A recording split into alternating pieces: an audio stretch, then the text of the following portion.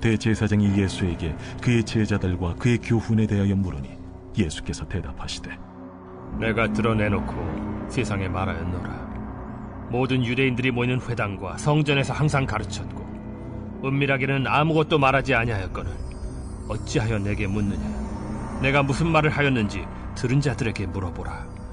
그들이 내가 하던 말을 아느니라. 이 말씀을 하심에 곁에 섰던 아랫사람 하나가 손으로 예수를 쳐 이르되 내가 대제사장에게 이같이 대답하느냐? 내가 말을 잘못하였으면 그 잘못한 것을 증언하라. 바른 말을 하였으면 내가 어찌하여 나를 치느냐. 안나스가 예수를 결박한 그대로 대제사장 가야바에게 보내니라. 시몬 베드로가 서서 불을 쬐더니 사람들이 묻되 너도 그 제자 중 하나가 아니냐? 베드로가 부인하여 이르되 나는 아니라. 대제사장의 종 하나는 베드로에게 귀를 잘린 사람의 친척이라 이르되 네가 그 사람과 함께 동산에 있는 것을 내가 보지 아니하였느냐? 이에 베드로가 또 부인하니 곧 갈기 울더라. 그들이 예수를 가야바에게서 관정으로 끌고 가니 새벽이라. 그들은 더럽힘을 받지 아니하고 유월절 잔치를 먹고자 하여 관정에 들어가지 아니하더라. 그러므로 빌라도가 밖으로 나가서 그들에게 말하되 너희가 무슨 일로 이 사람을 고발하느냐? 이 사람이 행악자가 아니었더라면 우리가 당신에게 넘기지 아니하였겠나이다. 너희가 그를 데려다가 너희 법대로 재판하라. 유대인들이 이르되 우리에게는 사람을 죽이는 권한이 없나이다. 이는 예수께서 자기가 어떠한 죽음으로 죽을 것을 가리켜 하신 말씀을 응하게 하려 함이로라. 이에 빌라도가 다시 관장에 들어가 예수를 불러 이르되 내가 유대인의 왕이냐? 이는 네가 스스로 하는 말이냐, 다른 사람들이 나에 대하여 내게 한 말이냐. 빌라도가 대답하되 내가 유대인이냐? 내 나라 사람과 대제사장들이 너를 내게 넘겼으니 내가 무엇을 하였느냐? 내 나라는 이 세상에 속한 것이 아니니라. 만일 내 나라가 이 세상에 속한 것이었더라면 내 종들이 싸워 나로 유대인들에게 넘겨지지 않게 하였으리라. 이제 내 나라는 여기에 속한 것이 아니니라. 그러면 내가 왕이 아니냐? 네 말과 같이 내가 왕이니라. 내가 이를 위하여 태어났으며 이를 위하여 세상에 왔나니 곧 진리에 대하여 증언하려 함이로라. 무릇 진리에 속한 자는 내 음성을 듣느니라. 진리가 무엇이냐? 이 말을 하고 다시 유대인들에게 나가서 이르되 나는 그에게서 아무 죄도 찾지 못하였노라. 유월절이면 내가 너희에게 한 사람을 놓아주는 전례가 있으니 그러면 너희는 내가 유대인의 왕을 너희에게 놓아주기를 원하느냐? 그들이 또 소리질러 이르되 이 사람이 아니라 바라바라. 바라바는 강도였더라.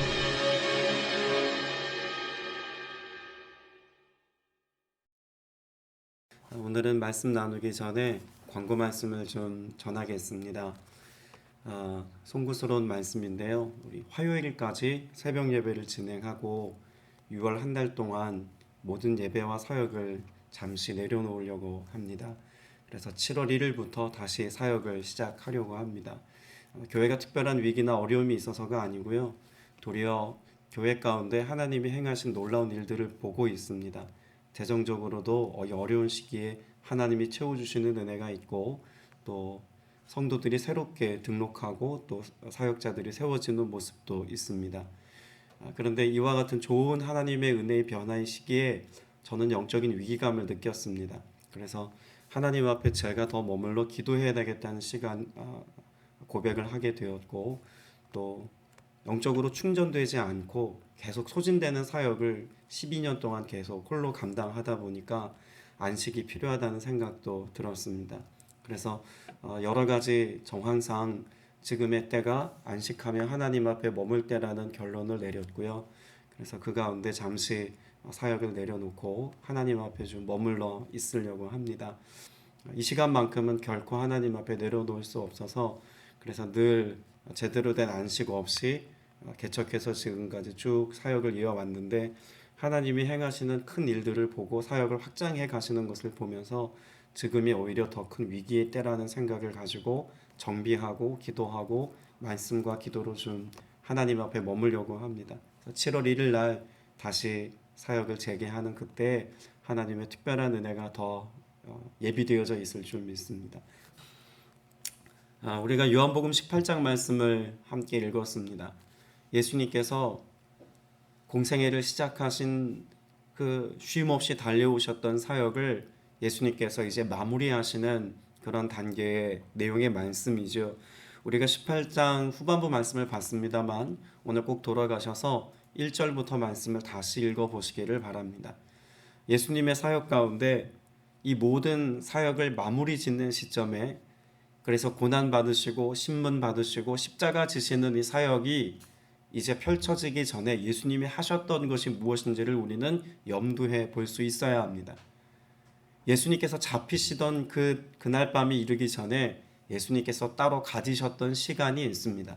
어떤 시간을 가지셨을까요? 요한복음 18장 2절과 3절 사이에 다른 복음서에는 기록되어져 있지 않은 특별한 내용이 있습니다. 겟세마네 동산의 기도입니다. 예수님의 사역을 우리가 생각해 보면 예수님은 기도로 시작해서 기도로 사역을 마치셨다고 해도 과언이 아닐 만큼 예수님의 모든 사역의 기반에는 기도가 있었습니다. 기도 없이 결정하시고 기도 없이 말씀하신 예가 없습니다. 예수님의 공생애가 시작되었을 즈음을 생각해 보십시오. 예수님께서 그 많은 사역들을 감당하시기 전 광야로 나아가셨습니다. 예수님의 광야, 왜 그곳 그 시간이 필요하셨겠습니까? 공적인 사역을 시작하시기 전 하나님 앞에 머물매 시간이 필요하셨습니다. 그 겟세마네 동산에서의 기도만큼이나 광야에서의 예수님의 기도는 예수님의 사역을 여는 가장 중요한 기도였다고 말해도 과언이 아닐 것입니다. 그리고 겟세마네 동산에서의 기도 역시 우리가 잘 알고 있는 것처럼 예수님께서 핏방울이 땀방울이 핏방울 되어지기까지 간절한 기도를 드리셨고, 하나님의 뜻을 알기까지 만일 하실 수 있으면 이 잔을 내게서 옮겨달라는 그런 하나님 앞에서의 절박한 기도를 드리셨던 것을 우리는 잘 알고 있습니다. 이 기도에서 우리는 무엇을 배울 수 있을까요? 광야에서의 예수님의 기도와 겟세마네에서의 동산에서의 예수님의 기도는 예수님의 사역의 괄호와 같다고 말할 수 있을 겁니다. 그러니까 시작과 끝이라는 이야기죠. 그런데 예수님께서 광야 40일 동안의 금식 기도를 통해서 이루신 일이 있다면 무엇일까요? 사단의 시험과 유혹의 권세에 대해서 승리하셨습니다. 그러니까 예수님의 40일 광야 기도는 승리의 기도였다고 말할 수 있겠죠. 더불어서 예수님께서 겟세마네 동산에서 기도하신 것도 고난받으시기 전에, 사람들에게 신문받고 십자가에 오르시기 전에 예수님께서는 겟세마네 동산의 기도를 통해서 이미 무엇을 이루신 것입니까? 십자가의 승리를 거기서 이루신 것입니다. 그러니까 예수님에게 기도는 승리입니다. 예수님께서 기도가 승리다라고 하는 모델이 되어주신 것은 오늘 우리에게 전하는 예수님의 특별한 메시지이기도 합니다. 오늘 저와 여러분이 이 땅을 살면서 승리의 삶을 살 수 있는 근거를 무엇에서 찾을 수 있겠습니까? 기도입니다.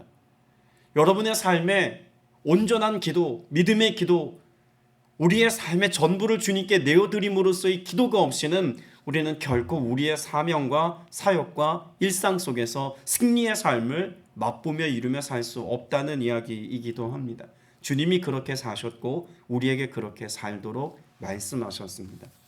그래서 오늘 본문 말씀에서 우리가 좀 보아야 될 내용들이 있는데, 먼저 앞선 내용에 보면 요한복음 18장 전반부 5절 말씀에 예수님이 사람들에게 잡혀가시던 그날에 사람들이 예수님께 질문합니다. 나사렛 사람 예수요? 라고 예수님께 질문하죠. 그때 예수님께서 뭐라고 말씀하십니까? 내가 그 사람이다 라고 5절에 말씀하십니다.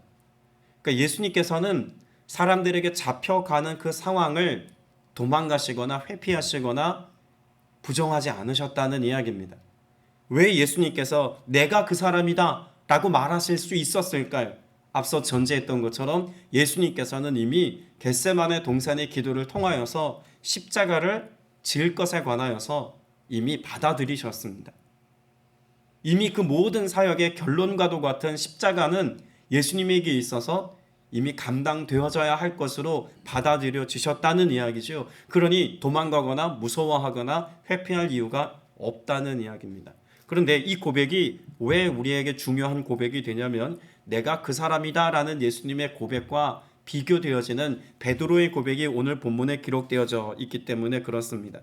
25절에 보면 베드로에게 사람들이 질문합니다. 당신도 그의 제자 가운데 한 사람이요? 라고 질문하죠. 이때 베드로는 뭐라고 고백을 합니까? 나는 아니요 라고 고백합니다. 그러니까 예수님의 대답과 베드로의 대답이 아주 절묘하게 대조를 이루고 있다는 이야기입니다. 예수님은 내가 그 사람이요 라고 말하고 있고 베드로는 나는 아니요 라고 말하고 있죠. 그러면 예수님이 기도의 자리에서 승리하신 것을 선포했다면 베드로의 모습을 우리가 떠올려 볼 필요가 있습니다.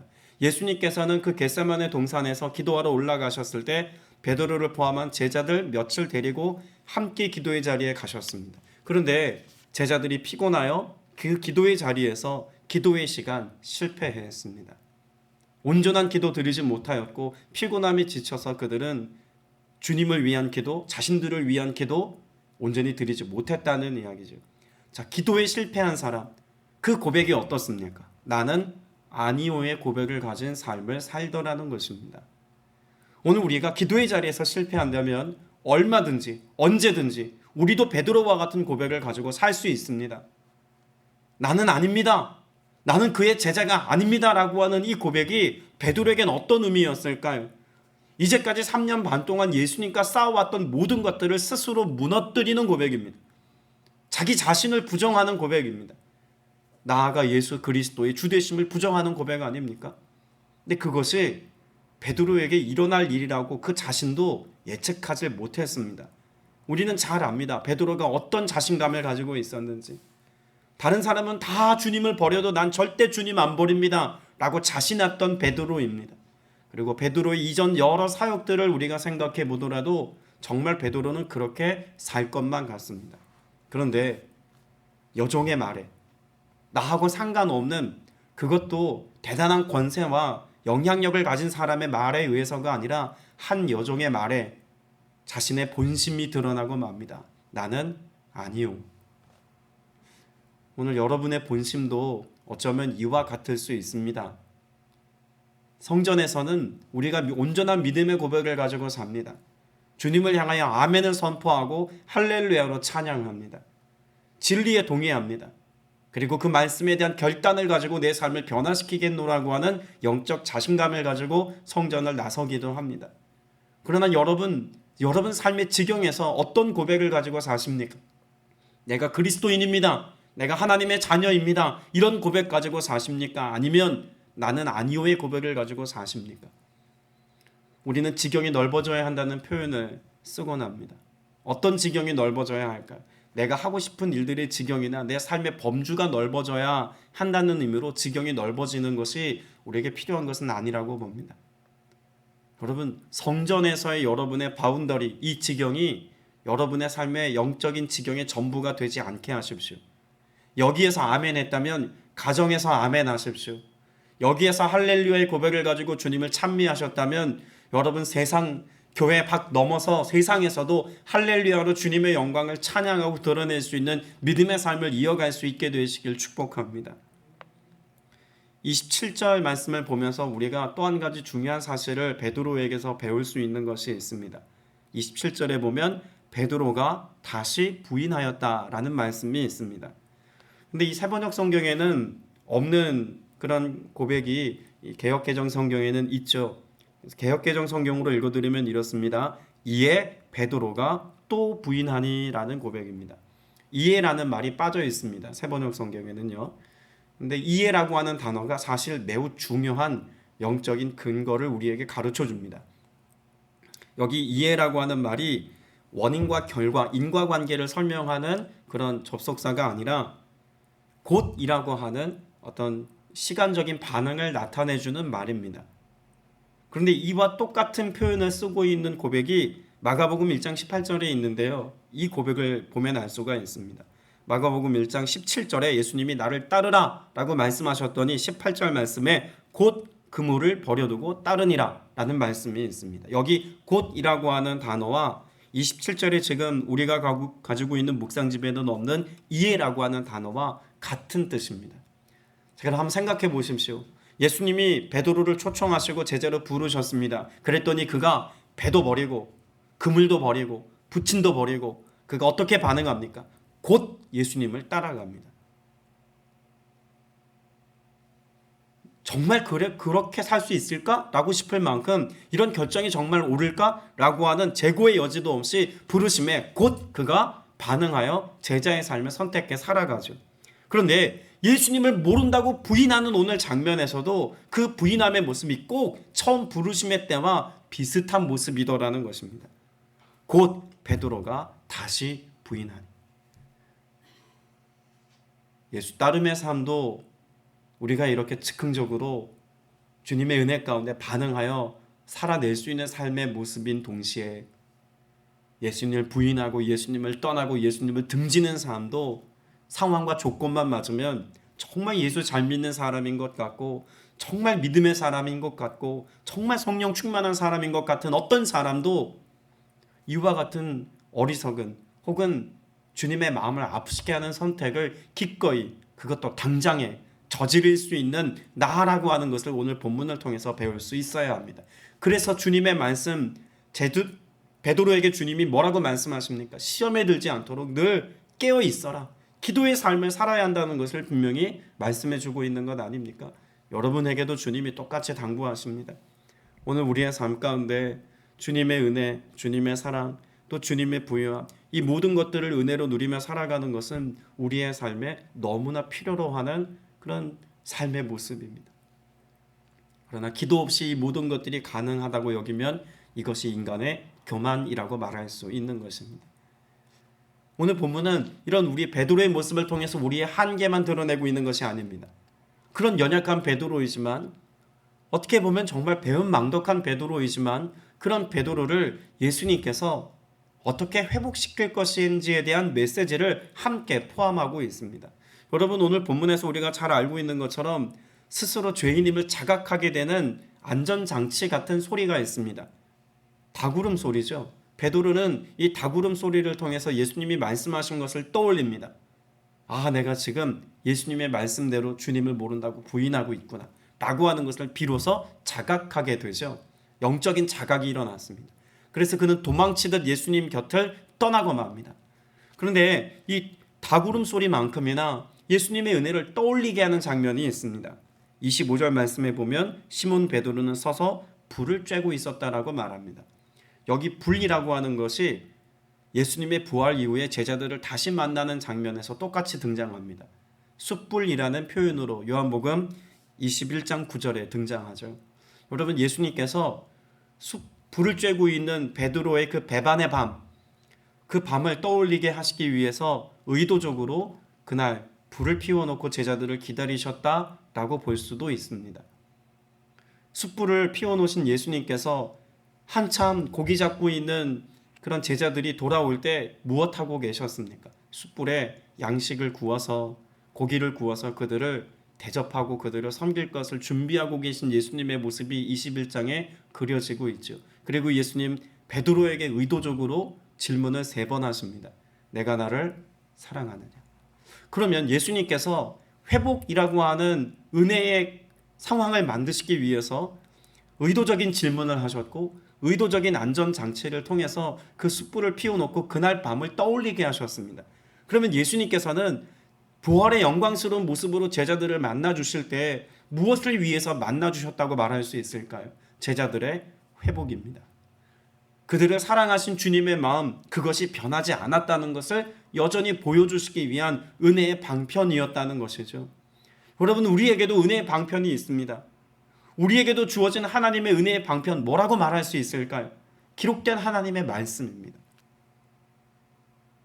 우리에게 허락하신 성전에서 공동체 안에서 하나님께서 주신 이 은혜들을 함께 은혜로 나누고 선포하는 이 모든 것들이 우리에게 주어진 영적인 안전장치들에 해당되는 것들입니다.